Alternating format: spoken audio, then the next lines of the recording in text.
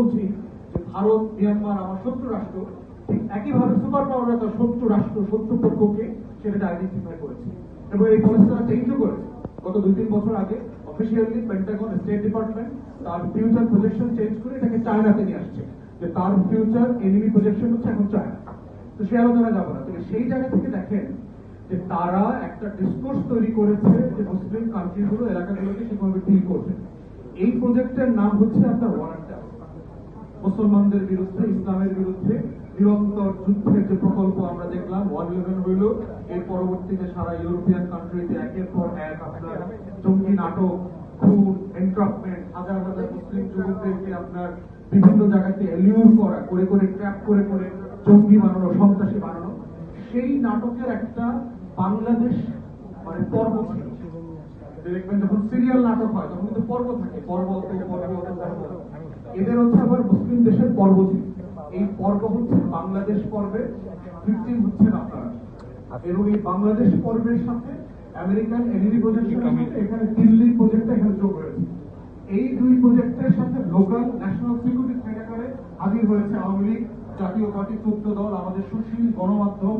এই বিক্রি হয়ে যাওয়া মস্তিষ্ক যেগুলো আছে, হেলমেট মস্তিষ্ক যেটা আমাদের তরুণরা বলেছেন, এই হেলমেট মস্তিষ্করা হচ্ছে পুরো চক্রের অংশ। অর্থাৎ সেই জায়গাটাতে বুঝতে হবে যে কেন এই যে ভাই বলে গেলেন দাড়িওয়ালা, টুপিওয়ালা, জুব্বাওয়ালা ধর্ম প্র্যাকটিস করে, তাদের কি করছে। যেহেতু 9/11 সময়টা পুরোটা আমি লন্ডনে ছিলাম, লম্বা সময় ছিলাম, এইটার ভিকটিম আমি নিজেও হয়েছি। এই গল্প আপনাদের কোনো একদিন বলবো আর কি। বাস থেকে নামায় দেওয়া, এখানে নামায় দেওয়া, কাজে গেলে জিজ্ঞাসা করা দাঁড়িয়ে রাখছো কেন, এই ধরনের জায়গা সভ্যতার যারা তো সভ্য দাবি করে না, ওইসব জায়গাতেও আমরা ফেস করেছি। একই সিভি ওখানে জয়েন করা হয়েছে, একই সিভি এক্স্যাক্টলি লেখাপড়া সব সমান, শুধু নামটা চেঞ্জ করে দেওয়া হয়েছে। মোহাম্মদ অমুকের জায়গায় জন ডেভিস দিয়ে দেওয়া হয়েছে। তাকে ইন্টারভিউতে ডাকে, কিন্তু ওই মোহাম্মদ নামধারী লোকটাকে ইন্টারভিউতে ডাকে না। একই সিভি, এক্স্যাক্টলি সেম সিভি। একটা মুসলিম মেয়ে হিজাব পরে, মেকআপ পরে, তাকে আর ডাকে না, কিন্তু একটা মহিলাকে ডাকে তিনি এই কাজের সাথে জড়িত, একই CV, exactly same work experience, same educational background. এই ডিসক্রিমিনেশন গুলো আমরা দেখেছি।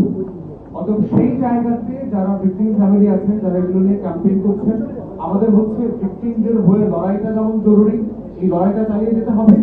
এই লড়াইয়ের মধ্য দিয়ে কারা কারা আমাদেরকে শত্রু নির্মিত করেছে তাদেরকেও চেনা জরুরি। তাদের কোনো পরা ফাঁদে যেন আমরা না পড়ি, এবং এই ফাঁদে আমাদের আলেম ওলামায়ে কেরাম বহুবার করেছেন। এখানে অনেক আলেম ওলামায়ে কেরাম আছেন, আমাদের এই আলেম ওলামায়ে কেরামরা বারবার পশ্চিম এবং দিল্লির ফাঁদে, আওয়ামী লীগের ফাঁদে বারবার করেছেন এবং এখনো করছেন বলে আমরা অনেক অনুষঙ্গ দেখতে পাচ্ছি। অতএব খুব সাবধান, আপনারা ফাঁদে পড়া মানে হচ্ছে এখানকার কোটি কোটি মানুষ, কোটি কোটি মুসলমান বিপদে পড়বে আবার।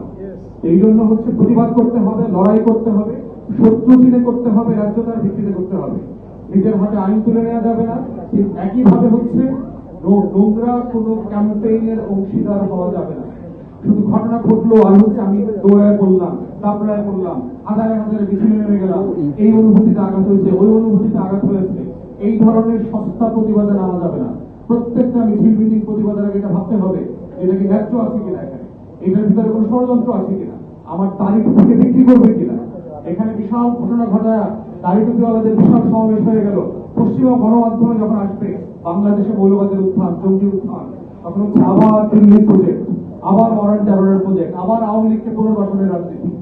এই পুরো শত্রু মিত্র বাস্তবতা হচ্ছে আমাদের প্রতিবাদী জনগোষ্ঠীকে মাথায় রাখতে হবে যে আমরা একই ভুল, একই ট্রাকে যেন আবার না পড়ে। সব মিলিয়ে হচ্ছে অন্তর্বর্তীকালীন সরকারকে আহ্বান করছি যে গুম কমিশনের যে কাজটা হয়েছে এটা অবশ্যই প্রশংসনীয়, আমরা এটাকে সাধুবাদ জানাই, কিন্তু একইভাবে গুম কমিশনকে আর একটা সেকেন্ড চ্যাপ্টার ওপেন করেন, একটা গণতদন্ত কমিশন করেন, ভিকটিম পরিবারের গল্প শুনেন, তাদের ট্রমার গল্পগুলো শোনা দরকার। পিটিভি এটাকে লাইভ সম্প্রচার করতে হবে, মানুষকে জানতে হবে 16 বছরে জুলুমের ভয়াবহতা মাত্রা কোথায় ছিল। এইটা জানলে পরে বুঝবেন আওয়ামী লীগের পুনর্বাসনের রাজনীতির আলাপ তোলার সাহস এই দেশে কোথায় আসবে। তখন শুধুমাত্র গুম পরিবারের 16 বছরের গল্প শোনেন, শুধু আয়না ঘরের 16 বছরের গল্প শোনেন, তারপরে দেখেন আওয়ামী লীগ নিয়ে কেউ আলাপ তোলে কিনা বাংলাদেশে। এটাই হচ্ছে আগামী দিনের বাস্তবতা। এবং যদি এটাকে দিয়ে আপনারা সাত দিয়ে মাছ থাকার ব্যবস্থা করেন, চেষ্টা করেন, পারবেন না। এটা আবার ইমপ্রুভ করবে, কারণ কষ্টকে যদি আপনি ইনসাফের ভিত্তিতে ভেন্টিলেট করতে না দেন, এই কষ্ট বারবার জেগে উঠবে। এই কষ্ট বারবার বিভিন্ন ফর্মে ফিরে আসবে এবং সেই কষ্ট আপনি নিয়ন্ত্রণ করতে পারবেন না। এর একমাত্র জায়গা হচ্ছে এই কষ্টের কথা শুনতে হবে, ইনসাফ করতে হবে। প্রত্যেকটা ব্যক্তি, প্রত্যেকটা পরিবার, প্রত্যেকটা মজলুমের প্রতি ইনসাফ করাই হচ্ছে বাংলাদেশ ধুয়ে দায় এবং দরদের রাজনীতি। আপনাদের এই লড়াইতে আমরা আছি, থাকবো ইনশাল্লাহ, যতদিন না পর্যন্ত ইনসাফ পাওয়া যাচ্ছে। সবাইকে অসংখ্য ধন্যবাদ।